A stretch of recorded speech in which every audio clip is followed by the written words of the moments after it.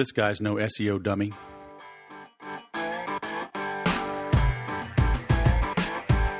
Hello and welcome to the Sales Podcast. I'm Wes Schaefer, the Sales Whisperer, your host. This is your home on the web for honest, no-hype insights, advice, and inspiration to help you sell more, faster, at higher margin with less stress and more fun. When I got out of the Air Force in 1997, I had a wife, a baby, another one on the way, and I had to put food on the table, which meant I had to be productive. I had to be efficient.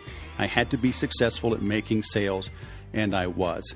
Over the next decade, I continued to succeed in various industries across the country, even across the world, which led me in 2006 to starting the Sales Whisperer.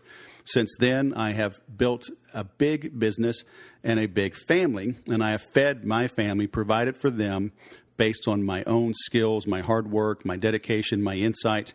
And now I give you this podcast as a free tool to help you learn what I have learned over 20 plus years. Another free tool that you can use to grow your sales is available over at thebestsalessecrets.com.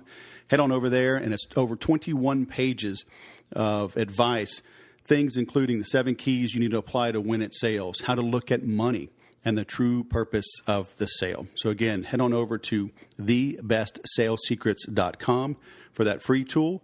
And now on to the show. Jason Dulay, the man, the myth, the legend, home of our owner of localmarketingacademy.org. Welcome to the Sales Podcast, man. How are you?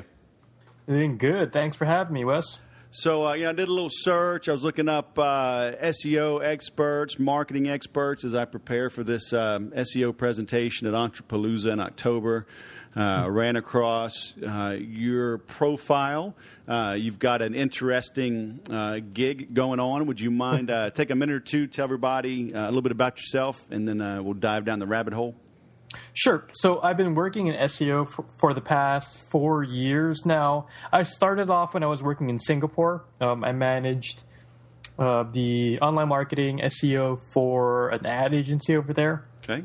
Moved over stateside around 3 years ago and started off as a contractor. Started my own SEO online marketing business, which is ABC Web Consulting. But as of right now, what I've done is I've started the education piece. I used to be a corporate trainer, and I'm kind of mixing up my skills a little bit and want to go into education, online courses, workshops, and which is why I launched the Local Marketing Academy. So the target market is local businesses. Since a lot of the content out there regarding online marketing is for internet businesses, right. I want to focus on the local businesses, the mom and pops, the brick and mortars, stuff like that. Okay. So that brings up a good question. How is SEO different for local? And does the national tips and tricks apply to local? Well, when we're talking about most local businesses, they don't have the resources and knowledge of the bigger companies, and it's not a slight to the smaller businesses because smaller businesses, local businesses are more focused on getting the job done. Mm-hmm. For example, one of my clients has a painting company, and they have no idea about online marketing. I'm pretty much the guy they turn to when they see something on the internet and have questions about. So the expectations are pretty different, and the competition is pretty different as well. Okay. Now, for the past couple of years, local businesses have been moving more online, especially as I'd say the more tech-savvy people are seeing that there's a huge opportunity online. But as of right now, there's still a lot of opportunity since a lot of the competition isn't utilizing the online market space. And SEO is different in the sense that, well, the easiest way to put it is if you do a search right now for something like painting company or heating and air conditioning contractor, what's going to come up is the local search results. So results in your area, which are based, on your geographic location and a bunch of other factors. Whereas if you do a search for, like computers or something like that, then you'd probably get a more national, national search. So if you can focus on a specific area, like if you're based out in Chicago and you have a company that only serves the Chicago market, you can focus your SEO only on the Chicago area and the surrounding areas without worrying about competing in the national space. Right. So using that example, though, of Chicago, it's still a huge city. Mm-hmm. Should somebody pick, 10 suburbs, and do you almost like duplicate the pages, and say Naperville painting or, whatever other city painting to help get ranked, or does Google frown upon that? Google frowns upon if you do something on your website that's only there to rank. So if you're creating pages on your website with the sole purpose of ranking and that's it, and not providing useful content to your visitors, Google frowns upon that. And Google says so specifically that if you just do things to rank, if you create pages just to rank, they can penalize you for that, under Panda. But what I would do, and I know a lot of businesses, they have 20 different pages, even if they're in one city, for the different zip codes and so on. What I would suggest is if a small business is going to do that, number one, what they should focus on are areas that are being searched with, or terms that are being searched. I guess in Chicago, for example, you probably have bigger and smaller suburbs, and the smaller suburbs, they're not as popular, and when even the people who live in the smaller suburbs, when they do a search, they're probably going to type in pizza company and then name of the bigger suburb, Okay. So that's what I would focus on. And then if they are going to go the route of creating different pages, it does work to an extent, honestly. But if they do that, the content has to be unique between the pages. They just can't just copy and paste content, change the cities, and call it a day. They'd have to write new content for each of those pages. And do these need to be big pages? Can they be little pages?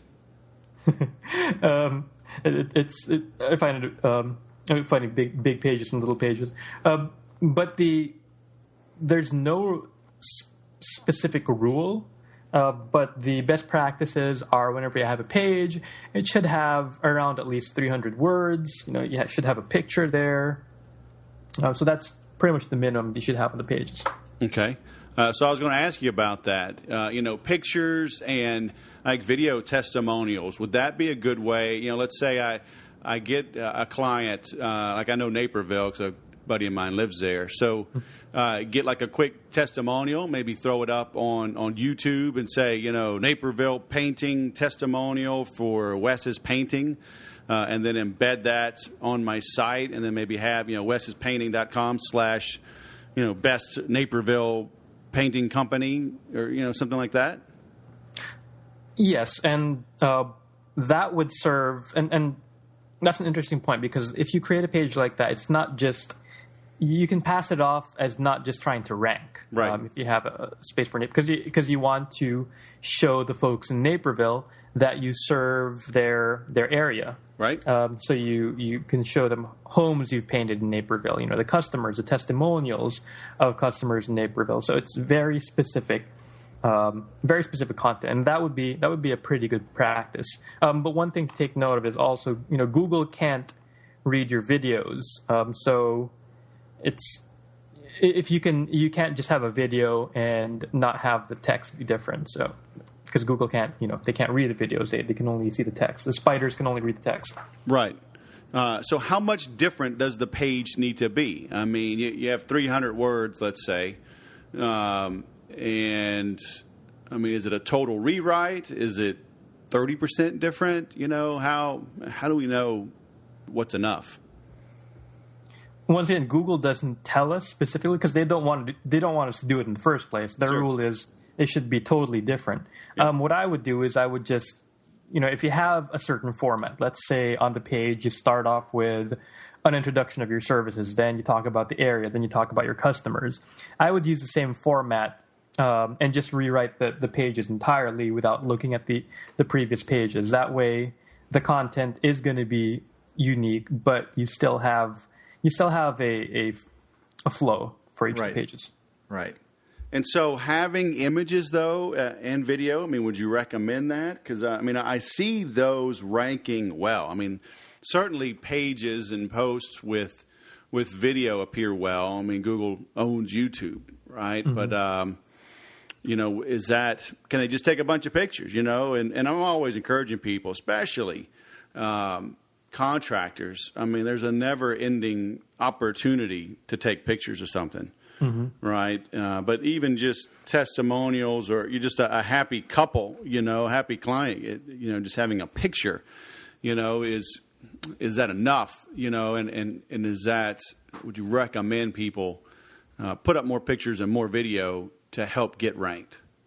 Well, number one, as I mentioned earlier, when you do something, your primary focus should not be to get ranked. It should be focused on the consumers. You should be focusing on humans, not on robots. Okay. And when you have that in mind, you bring up like the different pictures, different videos. Those are all good for humans. That's if you have the different houses in Naperville, that's going to be a good portfolio to show your potential customers. Mm-hmm. So I would do that regardless. And on the SEO side, that's when the different tags on the back end come in, like the alt tags and the file names and stuff like that. Right. Well, I don't think you've met my kids. They are not human, okay? They need to eat, man. I need traffic. I need people buying stuff from me. So come on. All right. So I'm on your page, on your site, and you did one of your most recent one. I think your most recent one from Doggone Today. Talks about 5 reasons to use your Facebook business page versus a personal profile. So can you talk to us, A, about that, and B, how much should a local business even worry or focus on having a Facebook page? Is it required nowadays? Well, that specific post, it's a 1 minute and a half video, so if people want to watch it, it's not going to take up too much of their time. But I talk about how, number one, Facebook tells users not to create personal profiles and have them solely for business purposes, because that's what used to happen in the past, and they removed accounts that they found were just for business, not for personal. Okay. And there are 5 different reasons, but one of the main ones is the human connection. I see a lot, in the past, not so much today, but in the past I've seen a lot of people on my friends list who are trying to sell these different products and services, and I see them in the news feed. And on the human side, not on the technical side, you're just pissing people off. That's what you're doing. Okay. So you're saying I shouldn't have Asterix Wes Alpaca Grooming Schaefer as my personal profile? Probably not a good idea. And have all my tips and tricks and all the razors and combs and conditioners that I use to making prize-winning alpacas? No? I'm not sure if your friends if all your friends would want to see. Oh, I don't know. Prints. It's like the tulip bulb revolution. It's people are into alpacas nowadays. You should Google it. I don't know about that market. I haven't picked up on the trend. Maybe I'll take a look at it. All right. So don't make a profile just for business, and that makes sense because you're right. I mean, I'll get. More so on Twitter, but I'll see somebody like without a profile image, or it's just a company name and nothing to make them human. I may not follow them back. Certainly in business or on Facebook. I mean, if they look so spammy, it's maybe I'll accept their friend request just to expand my own reach, but I'll unfollow them. So basically they're invisible to me. Yeah. That's what happens. People see your status updates and they get pissed off, so they unfollow you. And to answer your other question, does a small business need a Facebook page? They don't need it to survive, definitely not. But if they're looking to grow in the next couple of years, then they should have one. Okay. Because everybody's turning online. I mean, they'll still be able to survive, and I don't think the human connections and the brick and mortar, mom and pop, traditional style of marketing and growing your business is ever going to go away.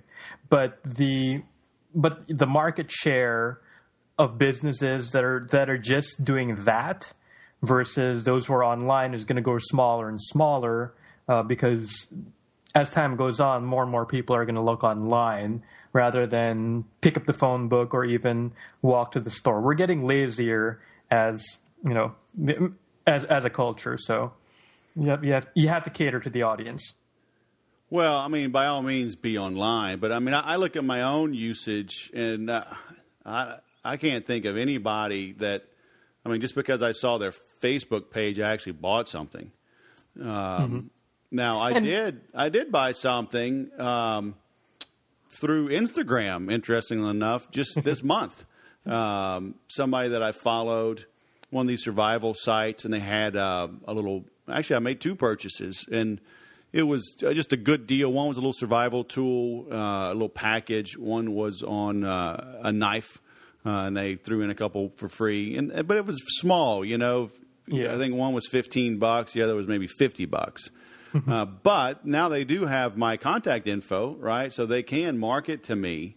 But I mean, and I know I'm not my client, right? I know that others do engage. So, but I mean, just having a page isn't enough, right? I mean, don't you have to be kind of savvy about it? I mean, having some type of opt-in, linking back to your main site where there's some type of opt-in. You know, because that's always my concern is, I don't own Facebook. I don't own Twitter. They can change the rules and cut me out in a heartbeat. And, all of my content, everything is gone. Mm-hmm. Yeah. And don't get me wrong. Number one, you should have a website first before you should create before creating a Facebook page, before creating a Yelp page. And that's what some small businesses, they focus too much on the Facebook page, on their social profiles, not as much on their website. So let me take a step back and say that, ultimately your focus should be your website. But on social, and social isn't about selling. And like you mentioned, you didn't buy anything on Facebook. You got something on Instagram as a one-off. But social is not about selling. Prior to what a lot of small businesses want to believe, if you put your products and services on social media, that doesn't mean people are going to buy them. It's more about interacting with customers and being human, having that connection. And that's something that small business, local business owners have as more of an advantage compared to, big corporate. They can create those connections and just be more personal and be more relatable than those big companies. And right. That's what social media is all about, the word social. What I'm seeing, though, is that big companies are getting better. They are responsive. I mean, I had a run-in this month with Verizon, and boom, they helped on Twitter. They hopped right on. I'm doing some research for the topic around email deliverability. There's been a lot of confusion, both from clients and partners. So I've reached out to many of the big players, Marketo, Eloqua, HubSpot, Ontraport. I mean, they have all been super responsive. And just hitting them up on Twitter saying, hey, do you want to contribute, to an article I'm writing? And so that's, as a consumer, that's good to see. Oh, yeah, definitely. But I guess as a competitor, so if you're up against some of these big guys, it may be, maybe not daunting, but I guess it should be a warning that businesses need to be responsive, huh? Yeah. If you're going up against the big guys, if you're playing in the big leagues, you have to act like it too. So being responsive is really important. But what I mentioned about being social is more of having that connection, because you can if you're looking at Verizon, they're a big company, yes, they are responsive. But if you have, let's say you have a mom and pop ISP, I don't know if they still exist. A couple of years ago, they still existed, right, where you had the mom and pop ISP where you could relate to the owners. They were just there, and it felt really cozy to interact with them. Compared to Verizon, you know that they're a big company, and you can't relate to the CEO of Verizon because they're too big. Yep. Okay. So, are there anything in particular somebody should put on their site? Are there tools, plugins, for a Facebook page that people should put on there? For a Facebook page specifically? Yeah, because I've seen different programs that let you run contests and the welcome gates. You got to like us and do whatever before you can opt in. Or I don't know, things like that. Are those frowned upon now, or are there some things they should absolutely do? Oh, definitely not. They're not frowned upon, and in fact, it's a pretty good practice to, when you're distributing content, that you should have opt-ins and all that stuff. But when we're talking about small local businesses, the number one thing, I don't want to complicate it too much and say welcome gate, feature box, and all these different terms. I just say have a call to action. Have a call to action on the page, and bring in. Most of the time, the call to action would be to bring them to your website. Okay. And on the website, there'd also be a call to action. So there should be a really clear and really simple call to action where you're directing people. And that's what I find is lacking in a lot of the smaller websites is, they have information and they have 20 different things you can click on instead of having one clear direction where you're driving people. Right. Did you say One Direction? Do I need One Direction on my website? I don't even like them, man. Don't get me started. All right. I mentor teens, so no, forget One Direction. So, are there any tools or software tools that you recommend, for building that fan page engagement, or kind of just everybody figure out what they need, what works for them? I'd say you have these Hootsuites, the buffers, the Meet Edgars, but if you're a small business, it all starts with you, because you can have all these tools, you can pay for these fancy tools, but if you don't know how to interact with your customers, it's pretty worthless. Okay. Yeah. I see people who pay for annual subscriptions with Hootsuite or Buffer, but they're not connecting with their customers. They're just posting random stuff and trying to shove their products and services down their throats. It's useless. Yeah. It's not like my robot will post stuff that your robot can like and will both ignore overall. Yeah. I did show that I have over 5,000 fans on my fan page when I was at Taco Bell the other day, and they still made me pay for my food. They still require that I make a sale. Can you believe that? Likes and fans aren't considered currency yet. All right. So the next topic, I like some of the things on your site. I'm just kind of scrolling down. You have how to write cold emails. Uh-huh. So how do you define a cold email? I mean, is this somebody you're reaching out to, maybe like one-on-one? Somehow you found their email address and you're trying to, set an appointment or something? Or what do you call cold? Well, in this specific video, once again, my videos are around a minute long, so I can't go into every single scenario. But in this specific video, it's more of reaching out when for B2B companies mostly. When you're reaching out to new connections, maybe you found their email using some of the tricks, which I have a link to. Yeah, which I have a link to on my blog post, that you can find anyone's email address pretty much, right. And maybe you want to do business with them down the road. And that's what I consider a cold email. What I find a lot of people doing is they're just saying, hey Wes, my name is Jason. I am the greatest guy in the world. You should use my products and services. Totally wrong, because I'm the greatest guy in the world, so I'm already deleting you. Exactly. There you go. Oh, I'm the second greatest. Let me send another one.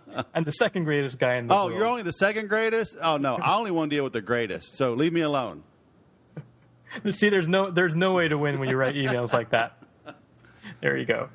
Yeah, you know what? It's funny you bring that up, because I've been meaning to do this. I have a folder in my inbox called Analyze, and maybe this is the push that I need. I've been saving these for going back, golly, the first one was December 2nd of 2014. So I'm going on 8-9 months now.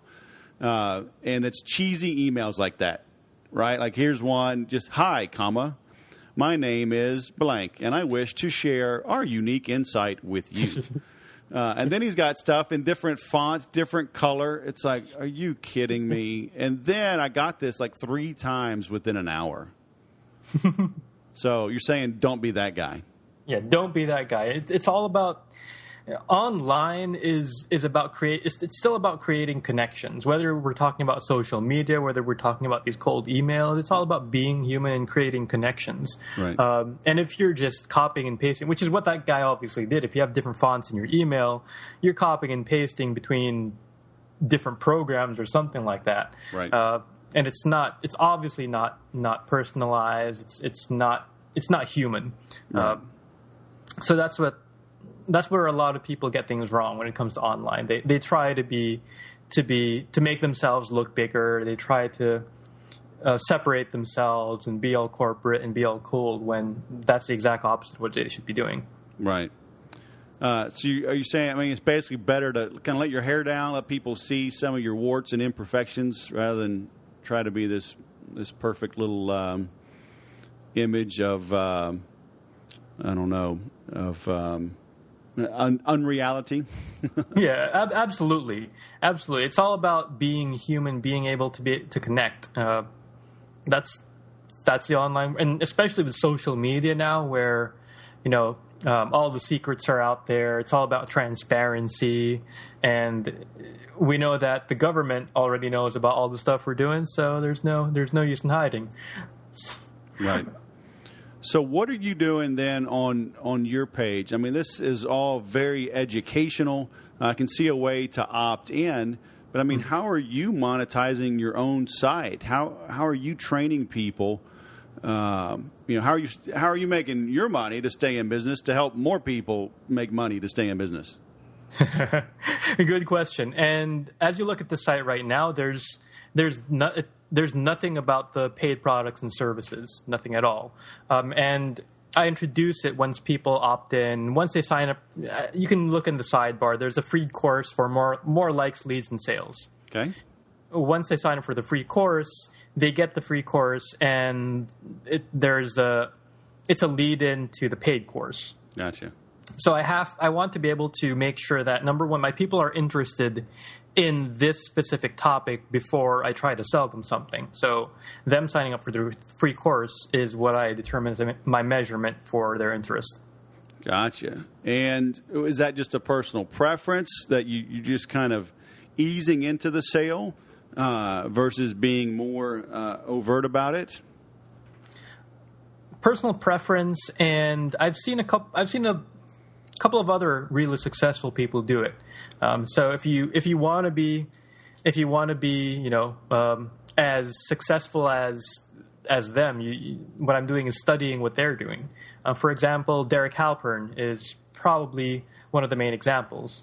And if you go to socialtriggers.com, right, he's not selling anything on his site. It's all free content. It's all opt-ins, and that's it. And once you get on his lists, that's when he'll introduce, hey, you were interested in, he has what's this?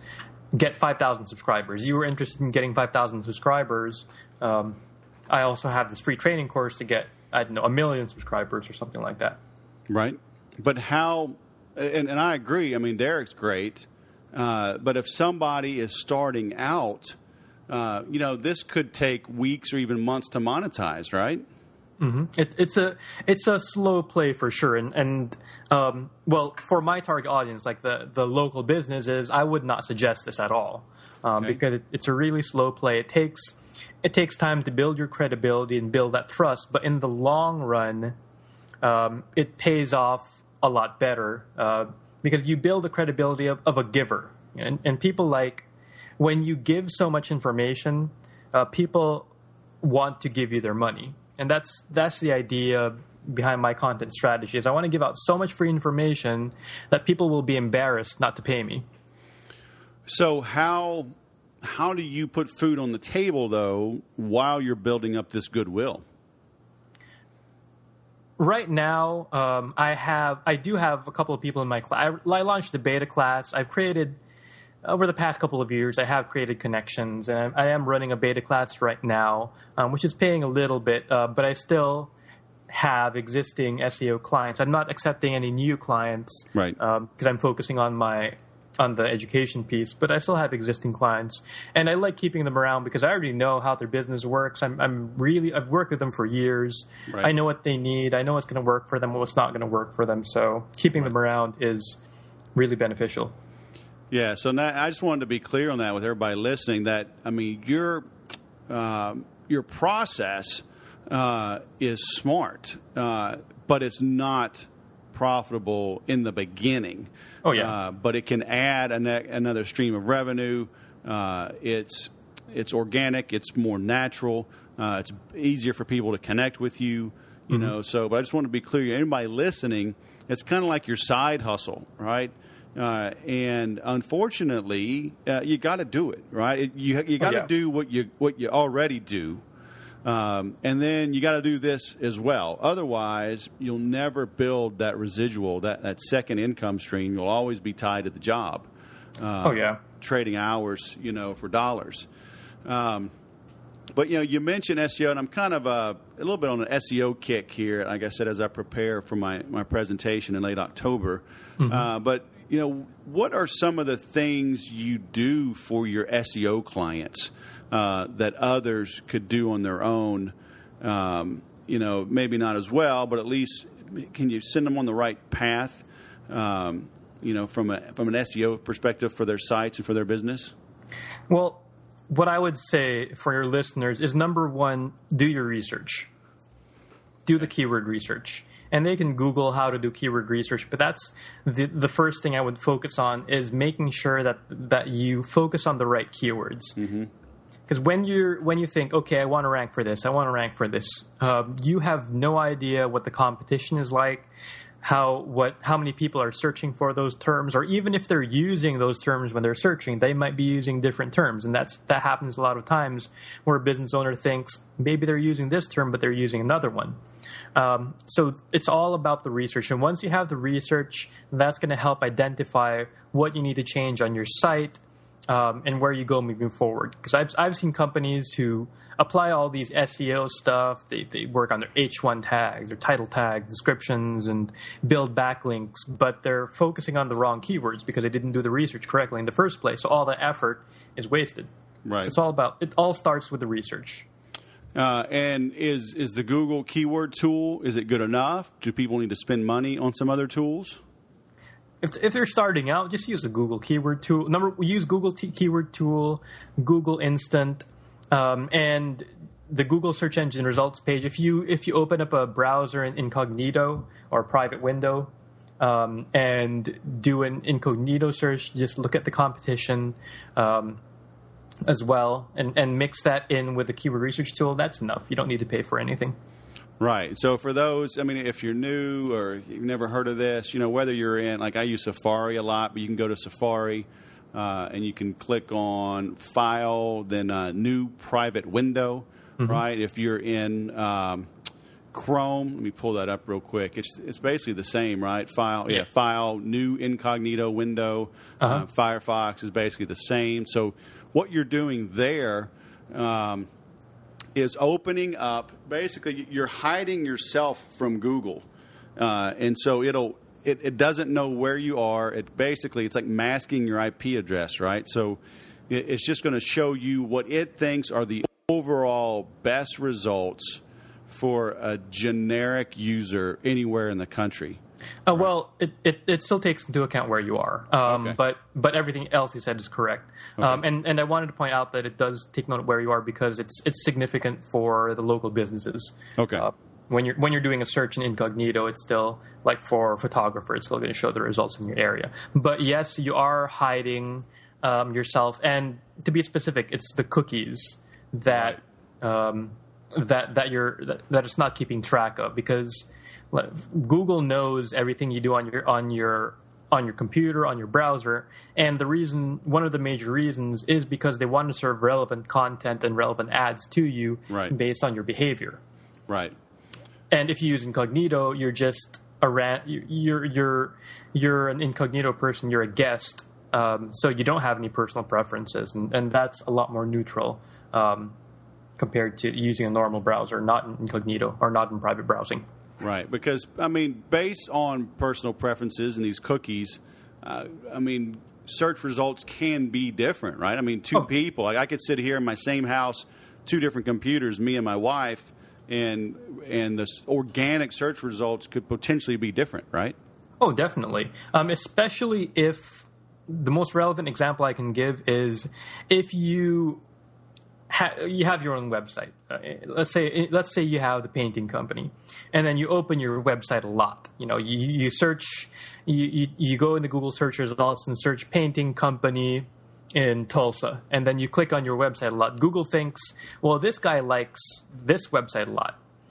So when you do a search, it's going to rank that website higher because it thinks that you like visiting that website. So if you're the business owner, you're going to think, oh, I'm rising in the rankings, when in reality, Google just thinks that you like clicking on that website, so it's showing it higher just for you. Gotcha.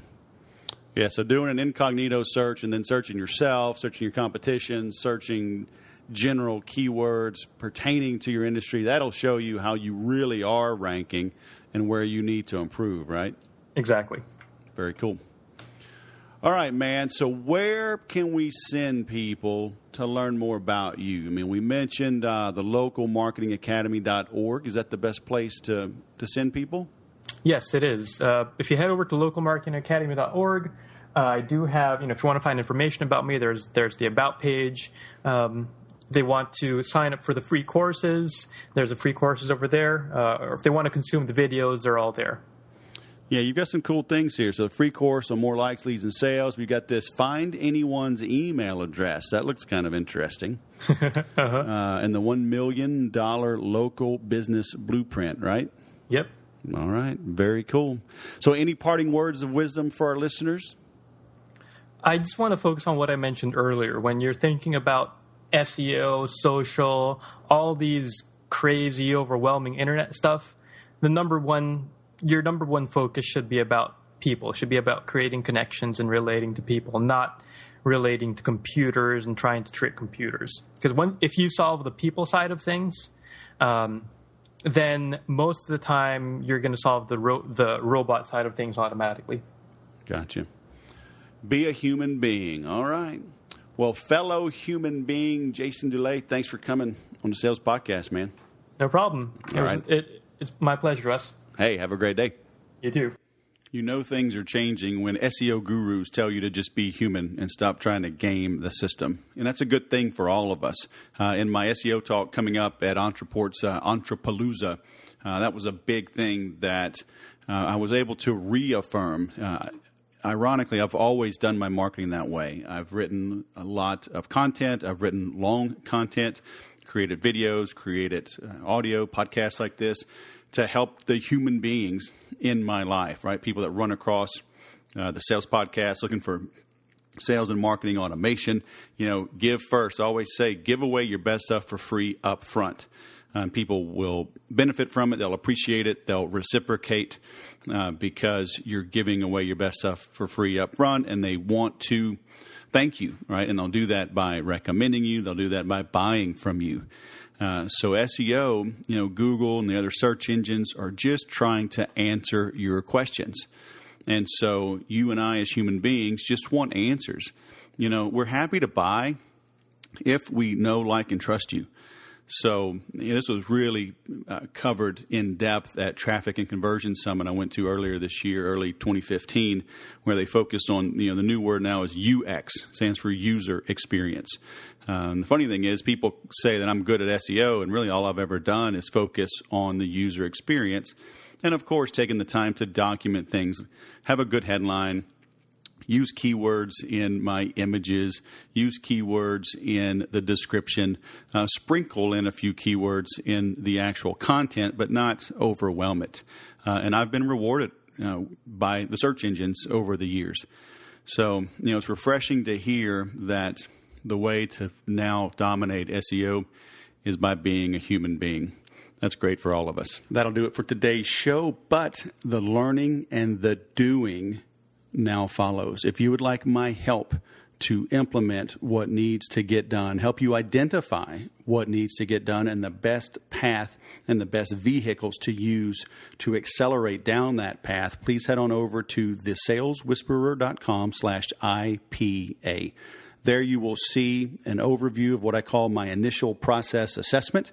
It's not expensive, but it's not cheap. But, like they say, I'd rather spend more than I wanted to than less than I should to grow my business. So if you need some help, if you'd like me one-on-one to help, again, please head on over to thesaleswhisperer.com/IPA. And as always, remember to sell different.